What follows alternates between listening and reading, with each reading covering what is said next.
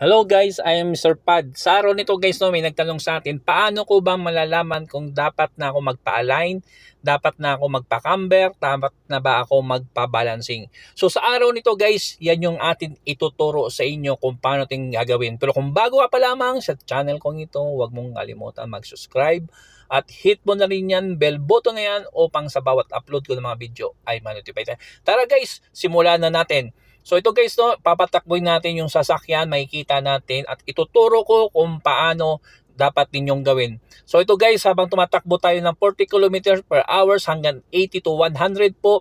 So bibitawan po natin yung manubela. Kapag ang manubela po natin ay kumakaliwa, kumakanan po ang takbo ng ating sasakyan, ibig sabihin po magpa-align na tayo niyan. Kasi po may problema po sa atin 2 in, may problema sa atin 2 out. So yan po ang isa pong dahilan kung kinakailangan na natin magpa-align. At syempre po kapag hindi ka pa nag-align, magiging dahilan din po ng pagpudpud ng iyong gulong sa kaliwa at kanan.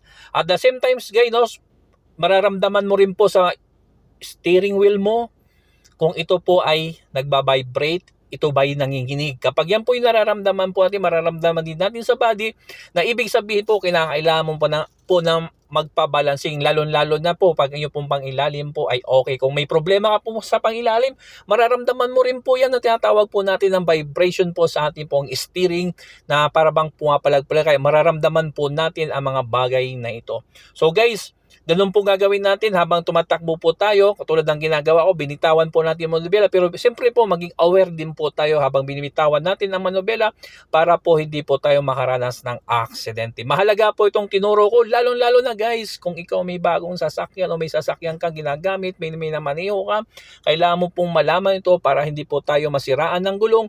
Kasi po napakamahal din po ng gulong po ng ating pong bibilhin. So ganun po ang gagawin natin guys.